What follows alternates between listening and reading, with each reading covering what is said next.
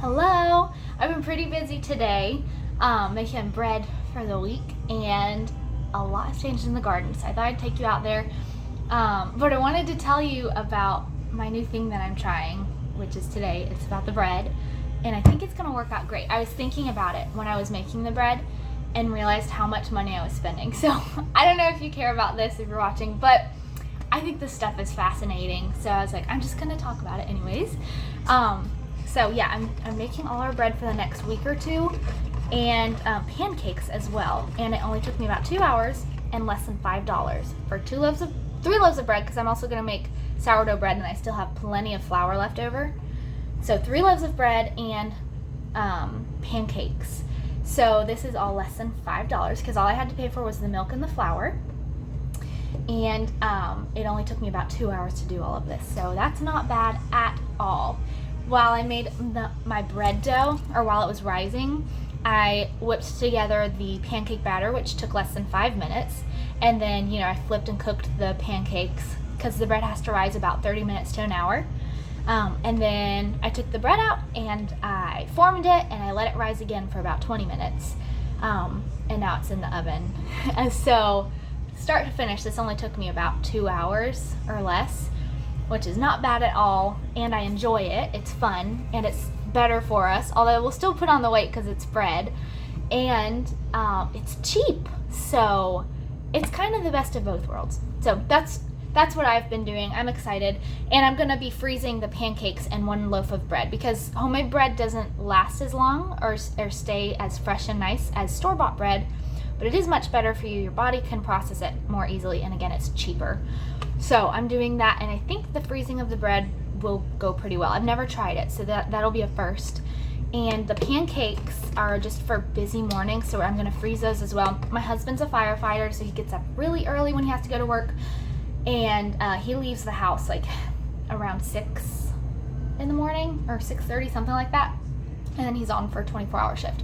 So I like to, if I can, send him off with a healthy breakfast or something that's going to be filling and good for him because he works out a lot and it's a hard job. So that'll be nice for busy mornings when I don't feel like getting up and cooking. That'll be really nice to have, and it's healthier for us because they're sourdough pancakes. So they're, sourdough, it ferments, so it's just a little bit easier on your gut, and it tastes really good. So that's what I've been doing. I have bread in the oven right now and it smells amazing. And then tonight I'm gonna start the sourdough loaf because sourdough does take longer. You have to let it rise overnight, and then the next day you fold it and you let it rise again for like 3 hours. But it's not bad, it's easy. The steps just take a while in between, but it's fine. So anyways, I'm excited about the bread stuff. This is my first time doing it ahead of time. Not my first time making bread, but just doing enough that'll last us for a while. And I'm excited. It took less than 2 hours and I did it all in one day, and it's gonna last us a while, and it's cheap. So that's exciting. Well, I'm gonna take you out to the garden and show you everything that's changed, because I think in my last video the deer had eaten my garden because the fence wasn't done, and I was so sad. Well, now our fence is done and my garden has had plenty of time to grow and get beautiful, and I've even been harvesting some stuff like peppers. So I will take you out there and show you everything that's changed because it is kind of amazing. I don't know how great the video quality will be because it is very bright outside right now, but part of the garden is still kind of shaded, so I think it'll be fine. So from here you can see just how much growth there is since last time. It's kind of amazing. We haven't put our gate up yet, but the pallets are working great. The deer still don't seem to go over it. My little pergola area. It's very bright out here, so I don't know how beautiful everything's gonna look right now, but that's okay. Whoop.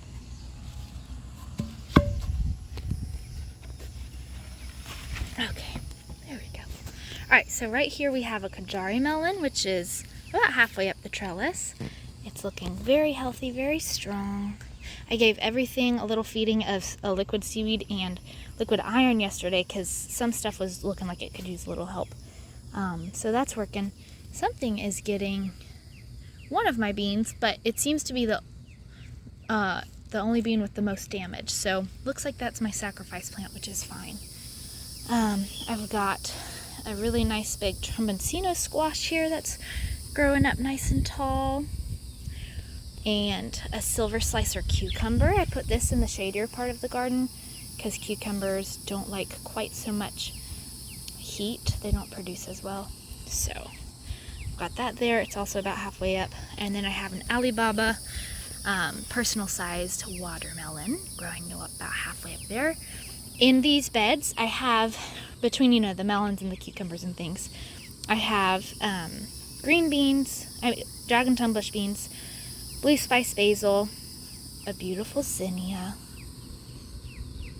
look at that, and tomatoes, which I just pruned very hard yesterday, so there's lots of air flowing through them so they stay nice and healthy.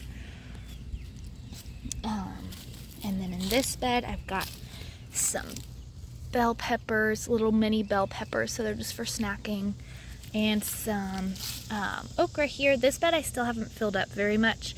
I've been working on that. And there's a loofah gourd right there, loofah gourd plant. This bed is kind of a Mod Podge of just a ton of stuff. I have asparagus on its first year in here. I have a pepper plant back there, another pepper plant, and a little tomato plant. I forget the name of this. I think it's like Angel. I'm not even going to try because I'm going to get it wrong, but it's really, really pretty. I have some amaranth that I'm going to use as my spinach because spinach does not love the heat. And some more tomatoes. And some more peppers. And a dahlia. Which, did something get that dahlia or did I do that? I think I did that yesterday. I was pruning it back because it really doesn't like to be wet like this. And it keeps getting these leaves that are like turning black. So I'm a little nervous about that. But we'll work on it and hopefully get it back to some better health. This is my green bean bed. It's all dragon tongue bush beans. I need to put something in the middle there. My pepper bed, which is looking very warm right now. Everything's a little droopy because it's very hot right now. But it all got a deep watering last night, so it should be okay. A huge cucumber. I think that's the salt and pepper cucumber. And it's just totally covering that trellis. It's beautiful. And then I've got tomatoes in here that are doing well. I pruned those yesterday. A really tall marigold. A little tomato here. Another little tomato. Blue spice basil, which when you rub against it, it fills the air. It smells so, so good. It's very much like holy basil. And it makes amazing basil tea. I've got more tomatoes hidden in here. Again, I pruned everything back hard yesterday, so it might not look beautiful, but it's producing like crazy and it's very healthy. None of my plants are diseased yet, and it's real hot outside. Look at this dahlia. Can you see that? Oh, pretty.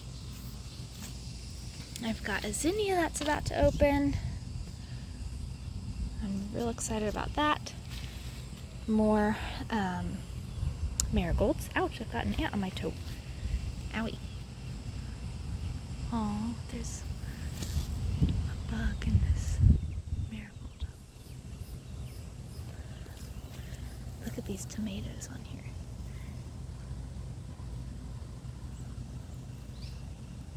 More all the way up. This tomato is taller than me. My pepper bed, looking nice and full. I've got lots of peppers on everything, which is very fun. Habanadas right there. Some shishito peppers, which I have more I can pick today. I just picked a bunch the other day. These things produce like crazy. Jalapenos.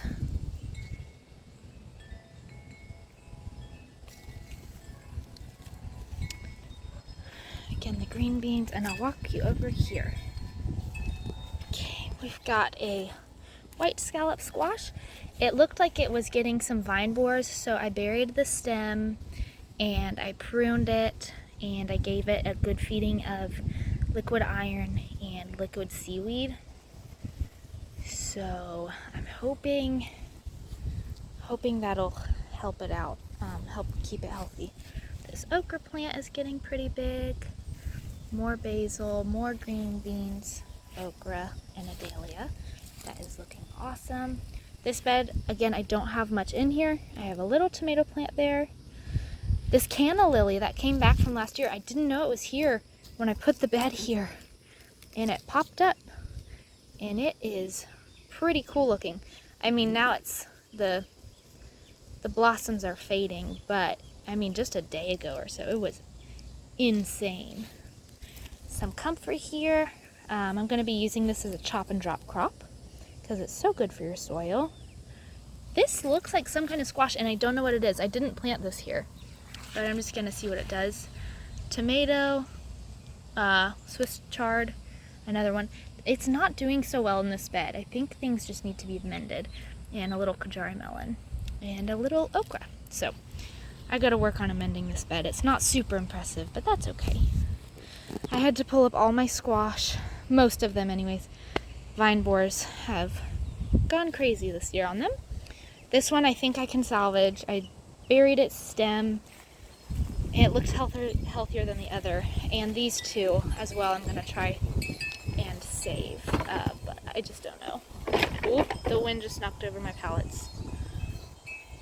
So we'll see. It looks like it's getting powdery mildew, so I think I'll pull that one out. I don't want that to spread. And then I think this is the honey rock cantaloupe. So I'm just now planting these beds, which it's really late to be planting stuff, I guess because it is so hot, but I thought it was worth a try. On the edges here, I just did a whole bunch of bush beans. I think they're the yellow wax ones, or I forget the name, but we've got 2 more of these. And then back here, I just planted a hedge of, it's a mix of sunflowers and zinnias and cosmos and borage. And it goes all the way down. And then in the back here, I have some sweet potatoes. And you see my compost piles there? They're just stagnant. I'm not like turning them or anything. So I'm okay to wait for a while. I've got a rose bush here and a beautiful hibiscus. Although this hibiscus bloom isn't so beautiful. I should have gotten that this morning. That would have looked even more impressive. And then if we walk back here, in this corner, I have just a bunch of dahlias in containers. And they have not bloomed yet. Alright, I'm going to walk over here. More dahlias here. We're going to walk all the way back to this corner, which I have a huge dahlia here with lots of tiny little buds. Another dahlia. This is a cafe au lait dahlia, and I planted it with nasturtium. Another dahlia. Which one are you? This one is not marked, so I don't know what dahlia this is, but it is a dahlia. And then back here, I'm working on my little sitting area. But I have some garden mums, a bunch of roses. This is the Stacia Vi rose, and it smells amazing. The Lady of Shalott rose, which I don't know if this is going to come back. I accidentally push mowed it last year, and it just has not, it's not great. It's very leggy, so I'm going to cut it back and try mending it again. This is a really pretty hydrangea, and the name of it, Twist and Shout. So it'll look like that, but we'll see. This is the Albrighton rose. It's a rambling rose, so it gets kind of crazy. Some more garden mums and blueberries. So I'm just working on my different areas of the garden in here. So this will be like my sitting area. It's definitely a work in progress. I don't know if I want to put the roses in the ground because I don't know that they would love my soil. Hydrangeas like my soil, and blueberries seem to like my soil because right down the road we have a huge blueberry farm. But I don't know. I'm just leaving the roses in their containers for a little bit longer because I'm a little nervous to plant them out. I spent a decent amount of money on them and I don't want to kill them. So until I figure out what I'm going to do, they're just they're just in that corner. And I think it'll be a nice area when it's established. And I'm not done planting it. I'm gonna get some more stuff, I think. But anyways, down here, I have some watermelons, just right there. And then over here, my idea was that this would be an awesome little zinnia patch, but it didn't work out that way. I have some lemon balm here, which I know lemon balm is a bully, but I put it here anyways because I don't care if it takes over this area. And then a really pretty queen lime zinnia, and I don't know which one this is. I think this might be the peach one, but I don't know for sure. So yeah, the garden is definitely looking a lot better. I'm so thankful. So thanks for coming along with me, and I hope you have a wonderful day.